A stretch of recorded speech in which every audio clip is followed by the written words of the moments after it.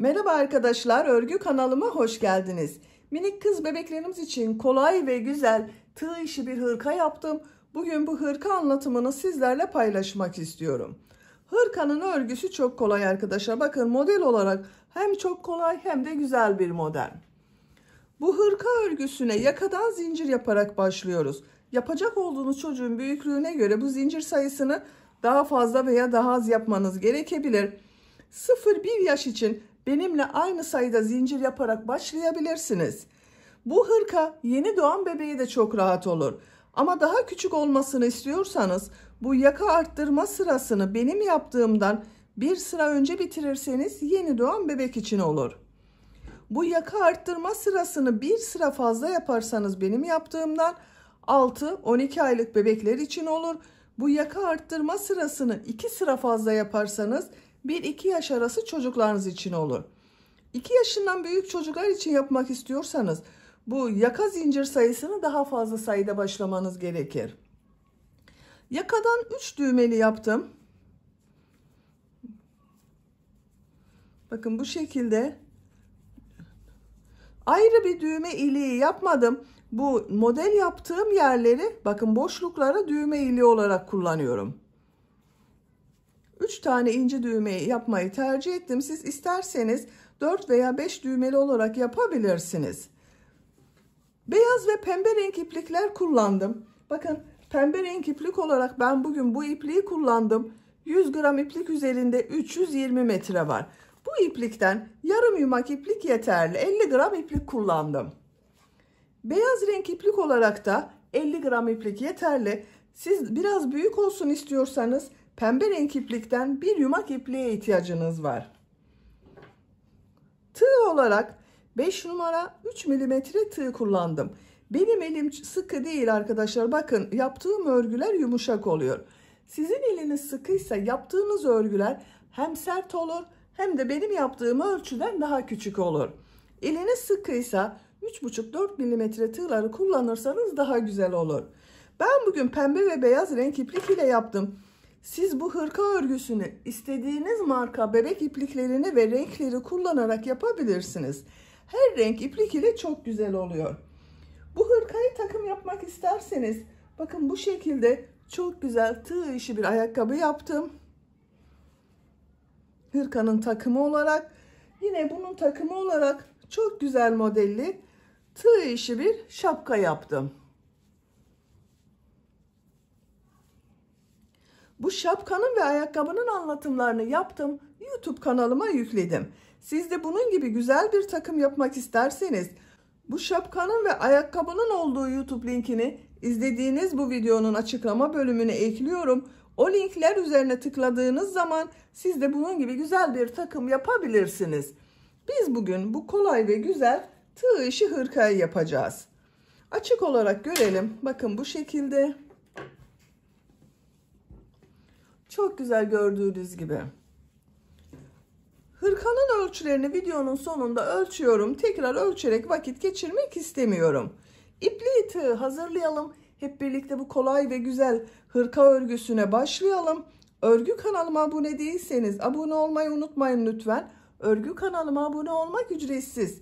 Örgü kanalıma ücretsiz abone olup orada bulunan zil şeklini dokunarak açık yaparsanız kanalıma videoyu yüklediğim zaman İlk önce size bildirim gelir.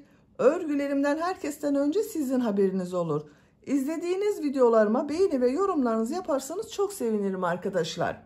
Hepinize kolay gelsin. İyi çalışmalar.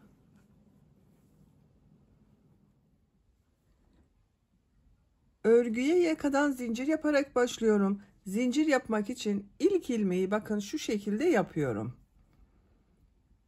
Zincirleri yapmaya başlıyorum. Çok sıkı zincirler yapmayalım arkadaşlar. 80 zincir yapıyorum. 80 zincir yaptım. Bakın bu şekilde çok sıkı olmayan zincirler yaptım. 3 zincir dönüş için yapıyorum. 1 2 3. Tığ üzerine iplik alıyorum. 3 ilmek atlıyorum. 1 2 3. 4. ilmek içine trabzan yapıyorum. Bu 3 ilmek atladığımda bir trabzan arkadaşlar. 11 trabzan yapıyorum. Bakın bu zincirle birlikte 2 trabzan oldu. 11 trabzan yapıyorum. 3 4 5 6 7 8 9 10 11 11 trabzan yaptım. 2 zincir yapıyorum. Tığ üzerine iplik alıyorum. Bakın aynı ilmeği değil, yanında bulunan ilmeğe trabzan yapıyorum. Kol bölümü için 18 trabzan yapıyoruz.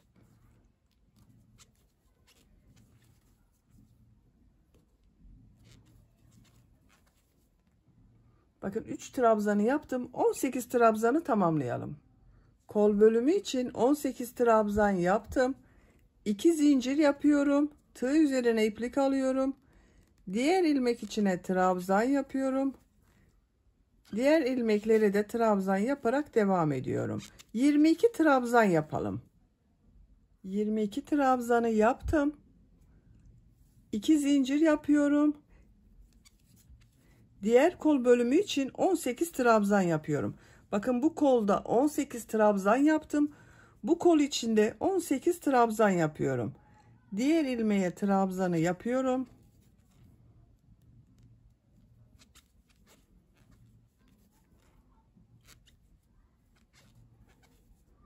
18 trabzanı yapalım. Diğer kol içinde 18 trabzanı yaptım. 2 zincir yapıyorum. Tığ üzerine iplik alıyorum. İlk ilmek üzerine trabzan yapıyorum. Buraya da 11 trabzan yapıyorum arkadaşlar. Bakın buraya 11 trabzan yaptım. Burayı da 11 trabzan yapıyorum. 1 2 3 4 5 6 7 8 9 10 11 trabzan yaptım. Bakın arkadaşlar, bu sırada yaka ayrımlarını yaptım. Buralara 11 trabzan yaptım. Kol için 18 trabzan yaptım. Bunun ikisinin toplamı olan buraya da 22 trabzan yaptım. Siz bunu yeni doğan bebek için yapıyorsanız buraları 9 trabzan yapabilirsiniz. Bunun toplamı olarak burayı 18 trabzan yapabilirsiniz. Bu kol bölümlerini de 12-13 trabzan olarak yapabilirsiniz. Daha büyük çocuk için yapacaksanız da buraları kaç trabzan yaptıysanız buraya yaptığımız trabzanı 2 katı yapacaksınız arkadaşlar. 12 trabzan yaptıysanız burayı 24 trabzan, kol bölümünde 20-22 trabzan yapabilirsiniz. Şimdi ikinci sıradayız. Bir zincir yapıyorum, örgüyü çeviriyorum. İlk ilmek üzerine trabzan yapıyorum. Diğer ilmekleri de trabzan yaparak devam ediyorum. Bu arttırma yapacağımız 2 zincire kadar devam edelim. Arttırma yapacağım yere kadar bakın trabzanları yaptım. 11 trabzan yaptım buraya arkadaşlar. Tığ üzerine iplik alıyorum. Bu arttırma yerine 1 trabzan, 2 zincir, 1 trabzan yapıyorum.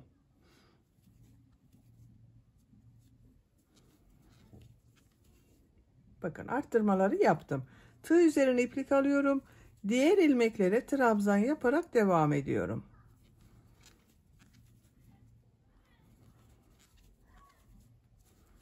Arttırma yerine kadar devam edelim. Diğer arttırma yerine kadar trabzanları yaptım. Buraya 1 trabzan, 2 zincir, 1 trabzan yapıyorum.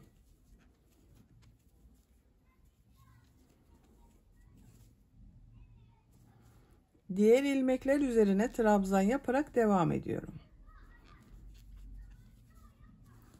Arttırma yerine kadar devam edelim. Diğer arttırma yerine kadar trabzanları yaptım.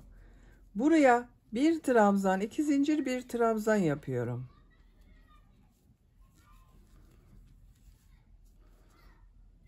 İlmekler üzerine trabzan yaparak devam ediyorum. Buraya kadar devam edelim. Arttırma yerine kadar trabzanları yaptım. Buraya bir trabzan, 2 zincir, bir trabzan yapıyorum.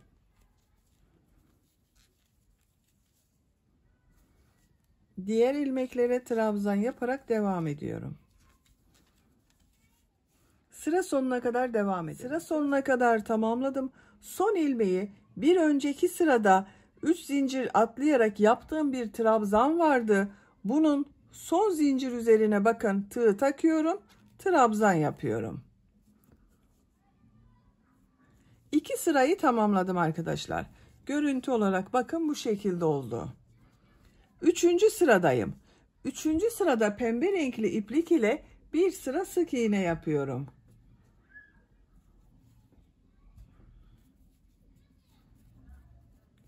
İlmek rengini pembe renkli yapıyorum. Bir zincir yapıyorum. Örgüyü çeviriyorum. İlk ilmek üzerine sık iğne yapıyorum. Diğer ilmeklere de sık iğne yapıyorum.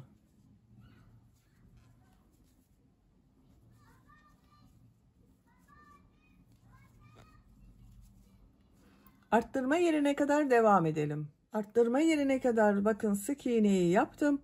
Buraya bir sık iğne, 2 zincir, bir sık iğne yapıyorum arttırma yerine.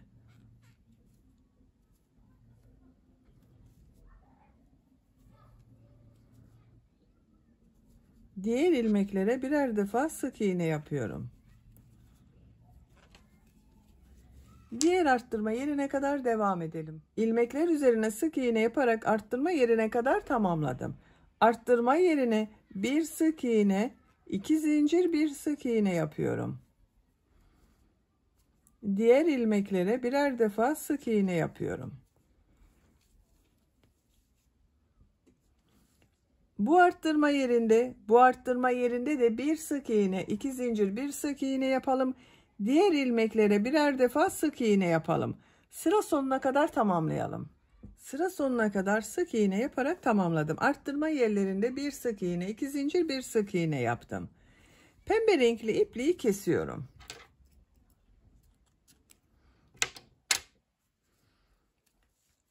Dördüncü sıradayım. Dördüncü sırada beyaz renkli iplik ile trabzan sırası yapıyorum. Bakın beyaz renkli ipliği burada bekletiyordum. Bu ilk ilmeğe tığı takıyorum. Beyaz renkli ipliği ilmek yapıyorum bakın burada. Bir zincir yapıyorum. Tığ üzerine iplik alıyorum. İlk ilmek üzerine trabzan yapıyorum.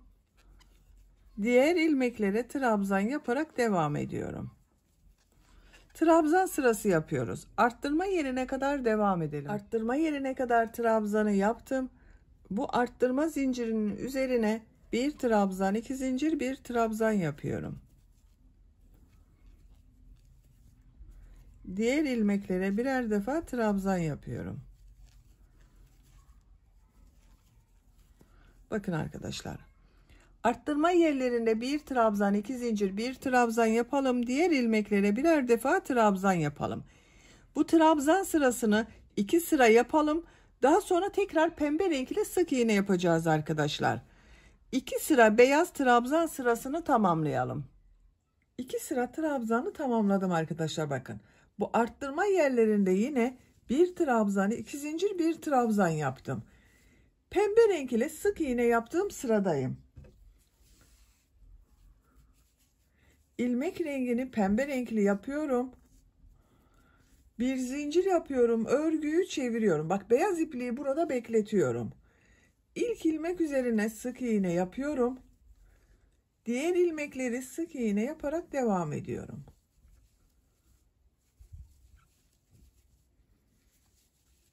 Arttırma yerine kadar devam edelim. Sık iğne yaparak buraya kadar tamamladım. Bu 2 zincir üzerine bir sık iğne, 2 zincir, bir sık iğne yapıyorum. Diğer ilmeklere sık iğne yaparak devam ediyorum. Bakın arkadaşlar. Bir sık iğne, 2 zincir, bir sık iğne yaptım. Burada ve burada yine bir sık iğne, 2 zincir, bir sık iğne yapalım. Sıra sonuna kadar devam edelim. Sonraki sırada bu ipliği bak şuradan, burada yaptığımız gibi üst ilmeğe alalım. Bak şu şekilde ilmek yapalım. Bir zincir yapıp trabzan sırası yapalım. 2 sıra trabzan sırası, bir sıra sık iğne yapıyorum. Arttırma yerlerinde hep bak, bir trabzan, 2 zincir, bir trabzan, bir sık iğne, 2 zincir, bir sık iğne olarak yapıyorum. Yaka örgüsünü yapacak olduğunuz çocuğun büyüklüğüne göre arttırmalar yaparak tamamlayalım. Yaka örgüsünü her sırada arttırmalar yaparak yapacağım ölçüye göre tamamladım. Kaç sıra yaptığımı sayıyorum. Bak 3 sıra pembe renk iplik ile sık iğne yaptım. 2, 4, 6, 8 sıra beyaz renk iplik ile trabzan sırası yaptım. Santimetre olarak ölçüyorum. 9 santimetre yükseklik var. Benim yapacağım ölçü için bu yeterli. Siz biraz büyük olsun istiyorsanız 1 veya 2 sıra arttırmalara devam edebilirsiniz. Bak bu sırada bir sıra pembe renk iplik ile sık iğne yapıp bir sırada trabzan sırası 1-2 sıra devam ederseniz daha büyük ölçüde olur arkadaşlar. Açık olarak görelim. Bakın bu şekilde. Bu sırada kolları gövdeden ayırıyorum. Örgüye artık gövdenin örgüsüyle devam ediyorum. Bir zincir yapıyorum. Örgüyü çeviriyorum. İlk ilmek üzerine trabzan yapıyorum. Diğer ilmeklere trabzan yaparak devam ediyorum. Bu arttırma yaptığımız yere kadar devam edelim. Arttırma yapacağım yere kadar bak tamamladım. Bu arttırma yerine 2 trabzan yapıyorum.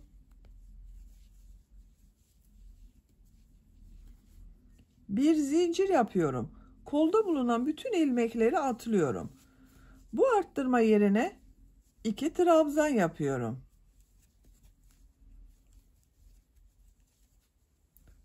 Diğer ilmeklere trabzan yaparak devam ediyorum.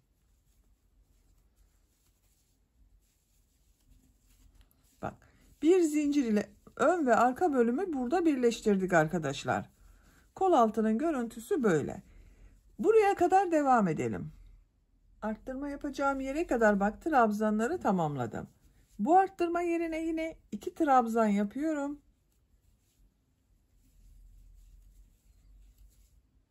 Bir zincir yapıyorum. Tığ üzerine iplik alıyorum. Kolda bulunan bütün ilmekleri atlıyorum. Bak bu arttırma yerine 2 trabzan yapıyorum. Diğer ilmeklere trabzan yaparak devam ediyorum.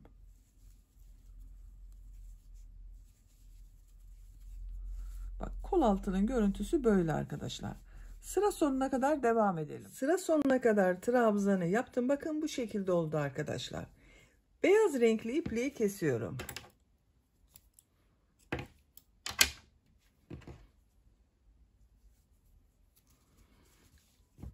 Bakın yaka örgüsünü bitirdik. Bu sırada ön ve arka bölümleri birleştirdik. Bakın kol bölümünü gövde bölümünden ayırdım. Artık örgüye gövde örgüsüyle devam edeceğiz. Bu sırada model yerleştirmeye başlıyorum. Pembe renkli bir iplik kullanıyorum. Bakın burada yaptığım pembe renkli ipliği kullanıyorum. Siz ne renk yaptıysanız. Dediğim gibi siz bunu rengarenkte yapabilirsiniz arkadaşlar. Bakın bu kenardan başlıyorum. İpliği burada bitirdim. Eğer sizin burada bittiyse arkadaşlar bu yaka sırasını benden bir sıra fazla yaptıysanız burada bitmiştir. Bakın buradan ilmek başlıyorum. Pembe renk ile bir ilmek yapıyorum. Bu ilk bakın bir zincir yaptım. İlk ilmek üzerine bir trabzan yapıyorum. Tığ üzerine iplik alıyorum. Bir ilmek atlıyorum. Bu ilmeğe 3 trabzan, 2 zincir, 3 trabzan yapıyorum.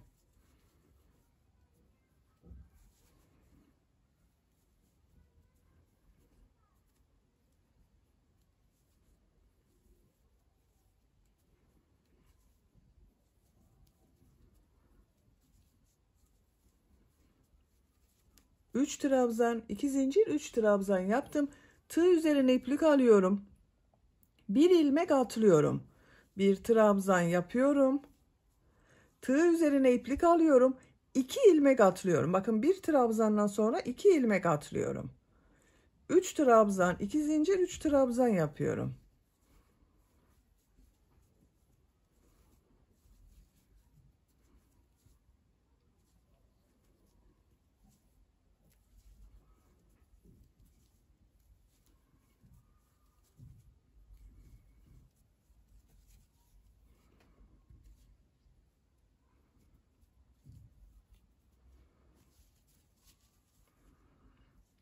Bir ilmek atlıyorum. Bir trabzan yapıyorum.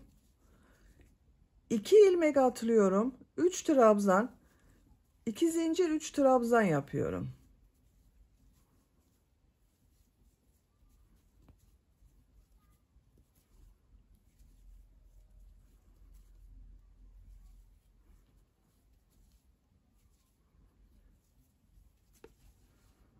Bir ilmek atlıyorum. Bir trabzan yapıyorum. Bakın arkadaşlar, bu şekilde modelleri yerleştiriyoruz. Modelden sonra bir ilmek atlıyorum. Bir trabzan yapıyorum. Bu bir trabzandan sonra 2 ilmek atlıyorum. 3 trabzan, 2 zincir, 3 trabzan yapıyorum. Sıra sonuna kadar devam edelim. Sıra sonuna kadar modelleri yaptım. Sıra sonunda 2 ilmek var. Bir ilmek atlıyorum. Son ilmek üzerine bir trabzan yapıyorum. Bakın modelleri yerleştirdim. Sıra başında da bir trabzan yaptım. Bir ilmek atladım. Bakın 3 trabzan, 2 zincir, 3 trabzan olan modeli yaptım. Model yerleştirmesini yaptım arkadaşlar. Modelin denk gelmesi için bakın sadece burada. Bakın buradan sonra 2 ilmek atlıyordum. 1 ilmek atladım arkadaşlar. Model denk gelmesi için. Başka bir şey yapmadım. Kaç model yaptığımı sayıyorum. 2, 4, 6, 8, 10, 12, 14, 16, 18, 19 model var arkadaşlar. Bakın şöyle bakalım. Şimdi ikinci sıradayız. Bir zincir yapıyorum. Örgüyü çeviriyorum. İlk ilmek üzerine trabzan yapıyorum. Tığ üzerine iplik alıyorum. Model ortasına 3 trabzan, 2 zincir, 3 trabzan yapıyorum.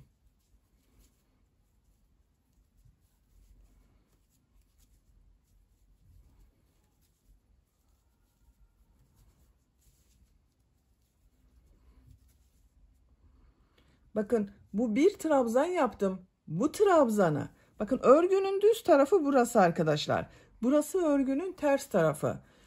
Düz tarafı olacak şekilde bakın ama benim bu sırada ters taraftan oldu. Ters taraftan boşluktan alıyorum, uzun yapıyorum bakın. Trabzan yapıyorum. Tığ üzerine iplik alıyorum. Model ortasına 3 trabzan, 2 zincir, 3 trabzan yapıyorum.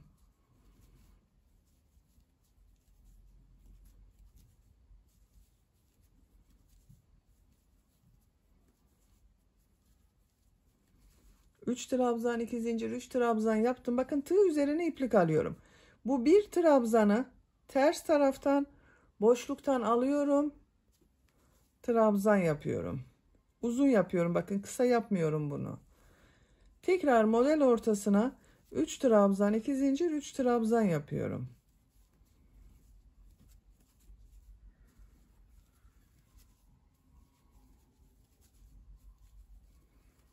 Bakın bu bir trabzanı tekrar gösteriyorum.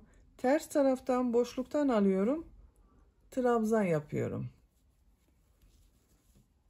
3 trabzan, 2 zincir, 3 trabzan yapıyorum. Bakın düz tarafın görüntüsü böyle oluyor arkadaşlar. Sıra sonuna kadar devam edelim. Sıra sonuna kadar modelleri yaptım. Bakın görüntüsü böyle oldu arkadaşlar. Örgünün düz tarafının görüntüsü böyle. Tığ üzerine iplik alıyorum. Bakın bu son ilmek üzerine bir trabzan yapıyorum. Bakın bunun üzerine yapıyorum arkadaşlar. Boşluktan alarak yapmıyorum. Sıra başında da ilk trabzanı düz trabzan yaptık. Bunu da düz trabzan yaptım bakın. Bir zincir yapıyorum. Örgüyü çeviriyorum. Bakın. Görüntüsü böyle düz tarafın. Bu ilk ilmek üzerine trabzan yapıyorum. Tığ üzerine iplik alıyorum. Model ortasına 3 trabzan, 2 zincir, 3 trabzan yapıyorum.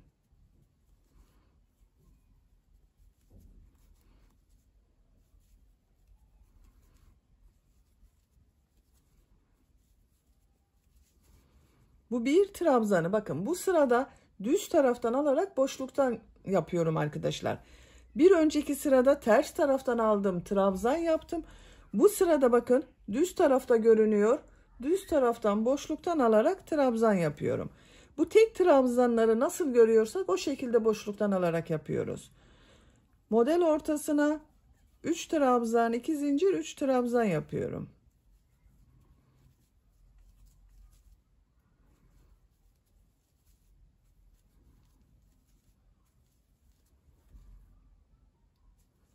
Bu bir trabzanı bakın düz taraftan boşluktan alıyorum, trabzan yapıyorum. Model ortasına 3 trabzan, 2 zincir, 3 trabzan yapıyorum. Bakın görüntüsü böyle. Sıra sonuna kadar devam edelim. Sıra sonuna kadar yaptım. Tığ üzerine iplik alıyorum. Bakın son trabzan üzerine bir trabzan yapıyorum. Bunun üzerine yaptım. Boşluktan almadım. Bakın bunları boşluktan alarak trabzan yaptım. Bu son ve ilk trabzanları üzerine yapıyoruz. Bir zincir yapıyorum. Örgüyü çeviriyorum. İlk ilmek üzerine trabzan yapıyorum. Model ortasına 3 trabzan, 2 zincir, 3 trabzan yapıyorum.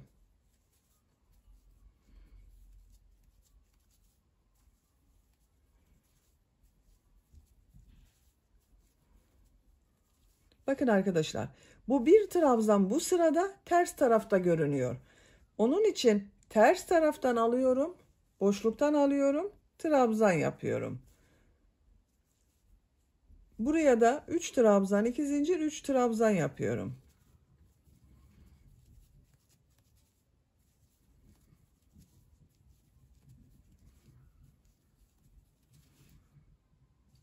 Bakın bu bir trabzanı ters taraftan boşluktan alıyorum, trabzan yapıyorum.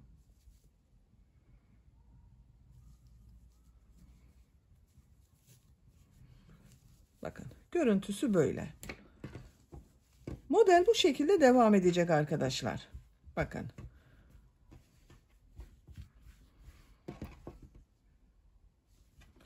Gövde örgüsünü yapacak olduğunuz çocuğun büyüklüğüne ve tercihinize göre model sırasını tekrarlayarak tamamlayalım. Gövde örgüsünü 16 model sırası yaptım. 1, 2, 3, 4, 5, 6, 7, 8, 9, 10, 11, 12, 13, 14, 15, 16. Son 2 sırayı beyaz renkli yaptım bakın arkadaşlar. Aynı sayıda beyaz renkli iplik ile yaptım. Son sırayı yapıyorum. Son sırada farklı bir model yapıyorum. Bakın en son beyaz renkli iplik ile bitirdim. İpliği kestim.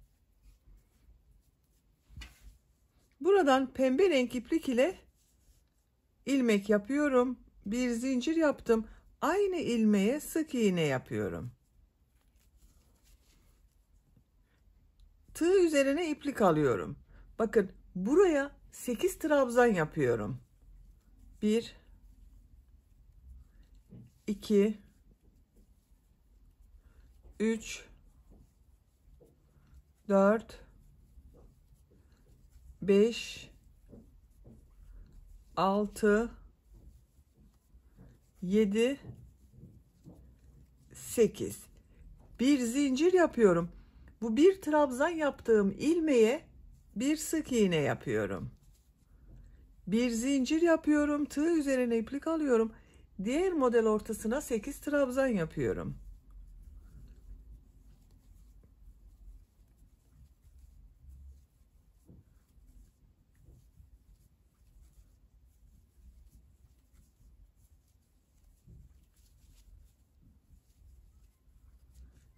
Sekiz trabzan yaptım. Bir zincir yapıyorum. Bu bir trabzan üzerine sık iğne yapıyorum. Bir zincir yapıyorum. 8 trabzan yapıyorum. Bakın bu şekilde model yapıyoruz. Sıra sonuna kadar devam edelim. Modelleri sıra sonuna kadar yaptım. Son model üzerine de 8 trabzan yaptım. Bir zincir yapıyorum. Son ilmeğe sık iğne yapıyorum. Bakın arkadaşlar, görüntüsü bu şekilde oldu. Çok güzel oldu. Ön patlardayım. Ön patlarda da bu modelleri yapmaya devam ediyorum. Ön patlarda 8 trabzan yapmıyorum ama. Tığ üzerine iplik alıyorum. Zincir yapmadım. Bakın bir ilmeği atlıyorum. Bu ilmek üzerine 6 trabzan yapıyorum. 1 2 3 4 5 6 trabzan boşluğunu atlıyorum. Bu ilmeğe sık iğne yapıyorum. Tığ üzerine iplik alıyorum. Bakın bir ilmek atlıyorum. 6 trabzan yapıyorum.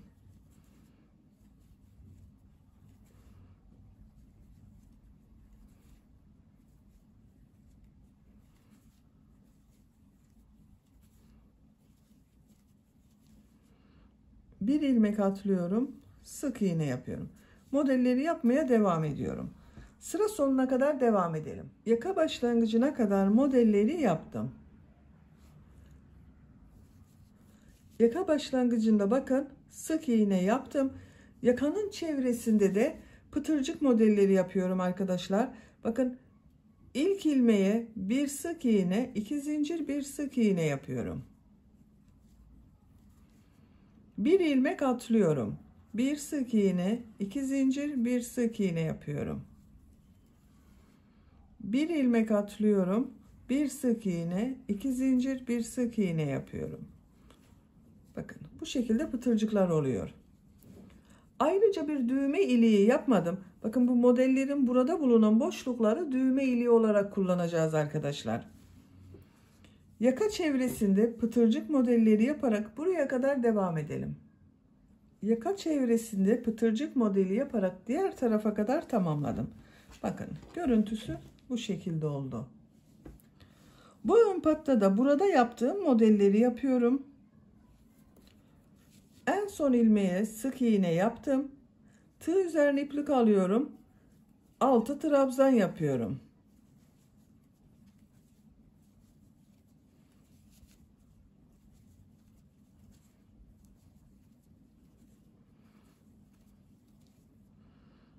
Bakın burada 2 ilmek atlıyorum. Sık iğne yapıyorum. 6 trabzan yapıyorum.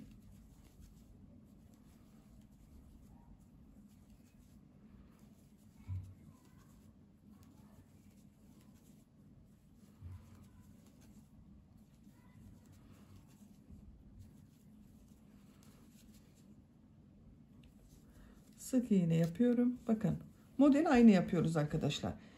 Tek dikkat etmeniz gereken, buraya kaç model yaptıysanız bu ön patı da aynı sayıda yaparsanız daha düzgün görünür. Sıra sonuna kadar devam edelim. Sıra sonuna kadar modelleri yaptım. Bakın bu şekilde oldu. Son yaptığım modeli bu ilk yaptığım ilmek ile ilmek kaydırma yaparak sırayı birleştiriyorum. İpliği kestim. İlmek içinden çekiyorum. Bu ön pata 2, 4, 6, 8, 10, 11 model yaptım. Bu ön patada 11 model yaptım. Bakın 2, 4, 6, 8, 10, 11. Düğmelerini de diktim ben arkadaşlar. Bakın bu şekilde oldu. Düğme iliği olarak burada yaptığım modelleri kullanıyorum. Bakın. Bu model boşluklarını düğme ilikleri olarak kullanıyorum.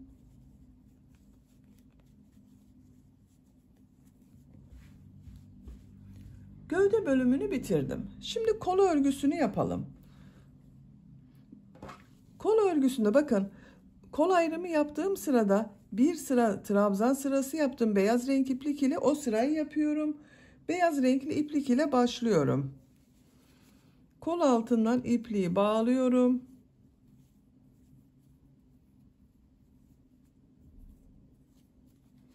Buradan bir ilmek yapıyorum.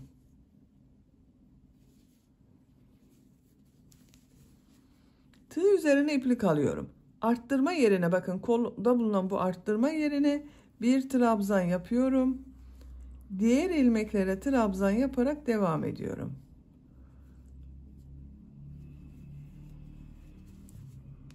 Sıra sonuna kadar devam edelim. Sıra sonuna kadar tamamladım. Arttırma yerine bir trabzan yapıyorum. Kol altında bulunan bu ilmek ile ilmek kaydırma yaparak sırayı birleştiriyorum. Bakın, bir sıra trabzan sırası yaptık. Bu trabzan sırasının devamı oldu. Kol örgüsünü bu yaka bölümünde yaptığım gibi 2 sıra trabzan, 1 sıra sık iğne yaparak devam etmek istiyorum. Onun için pembe renkli ipliğe geçiş yapıyorum. Beyaz renkli ipliği kesmiyorum. Şu şekilde ilmek rengini pembe renkli yapıyorum. Sağlamlaştırdım. İlk ilmek üzerine sık iğne yapıyorum. Beyaz ipliği bekletiyorum orada. Diğer ilmeklere sık iğne yaparak devam ediyorum. Her ilmek üzerine bir sık iğne yapıyorum.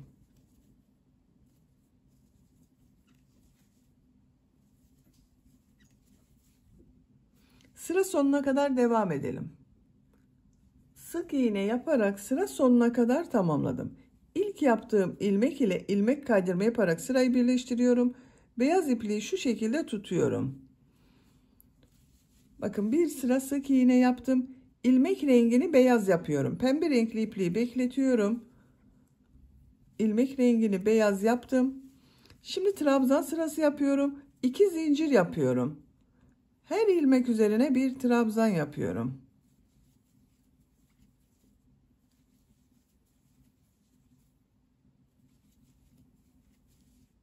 Sıra sonuna kadar devam edelim. Sıra sonuna kadar trabzanları yaptım. Sıra başında yaptığım 2 zincir ile ilmek kaydırma yaparak birleştiriyorum. Pembe renkli ipliği şu şekilde üste alıyorum bakın. İlmek kaydırma yaptım. Bakın, bir sıra trabzan sırası yaptım. Şimdi tekrar trabzan sırası yapıyorum. 2 zincir yapıyorum. Örgüyü çeviriyorum. Yine her ilmek üzerine trabzan yapıyorum.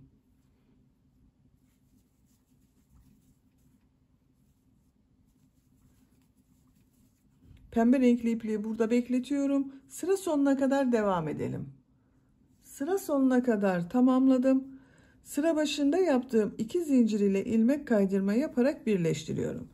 2 sıra trabzan sırası yaptım. Şimdi sık iğne yaptığım sıradayım. İlmek rengini pembe renkli yapıyorum. Beyaz renkli ipliği bekletiyorum. Siz isterseniz iplikleri keserek devam edebilirsiniz arkadaşlar. Ben kesmiyorum, içinden devam ediyorum bakın. Örgüyü çeviriyorum. Bir zincir yapıyorum. İlk ilmek içine sık iğne yapıyorum. Diğer ilmeklere sık iğne yaparak devam ediyorum.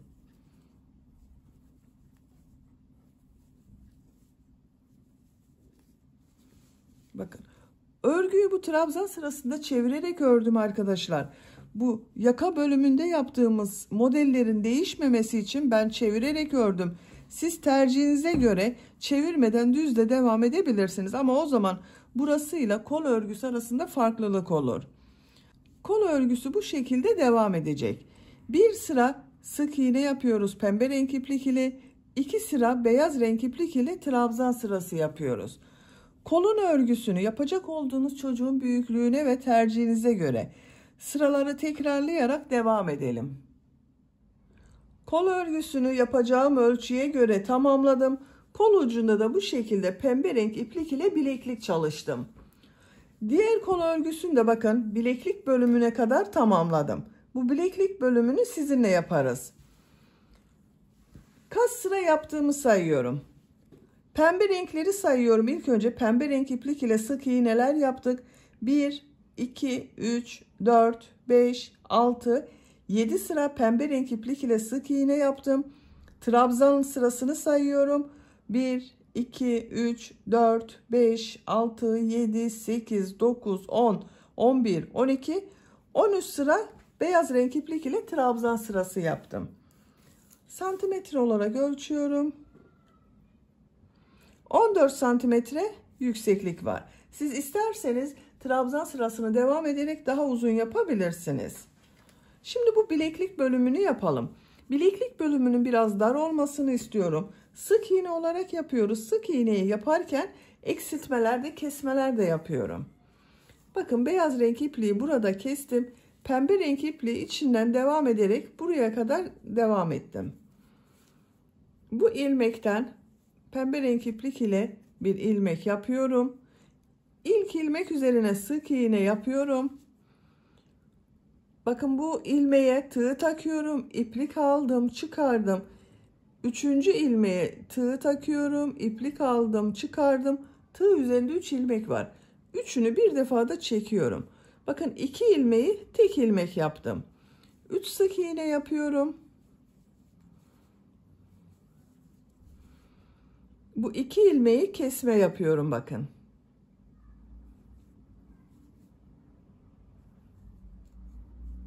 Üç sık iğne yapıyorum.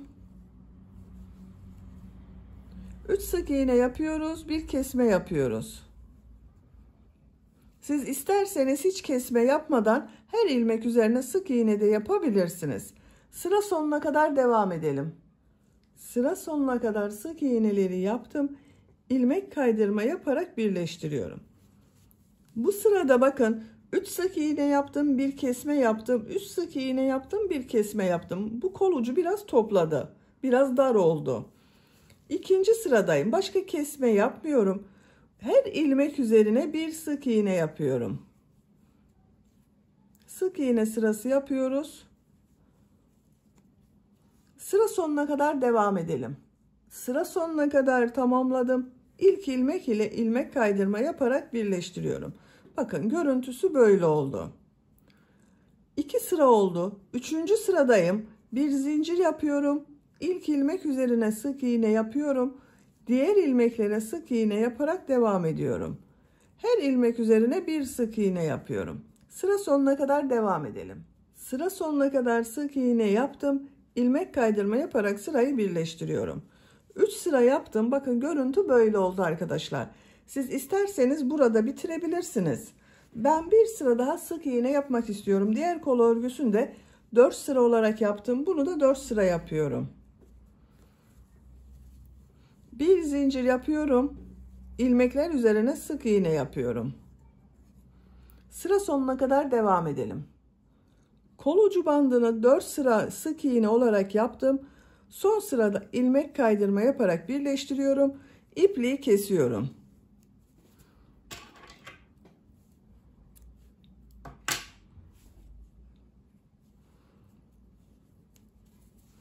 Bakın 1, 2, 3, 4 sıra oldu. Bu benim için yeterli. Siz isterseniz 5 sıra yapabilirsiniz veya dediğim gibi 3. sırada da bitirebilirsiniz. Böylece hırkanın örgüsünü bitirmiş oldum. Bakın çok güzel oldu arkadaşlar. Kolları da çok güzel oldu. Açık olarak görelim. Minik hırkamızı bitirdik. Bitmiş olarak size ölçülerini söylüyorum.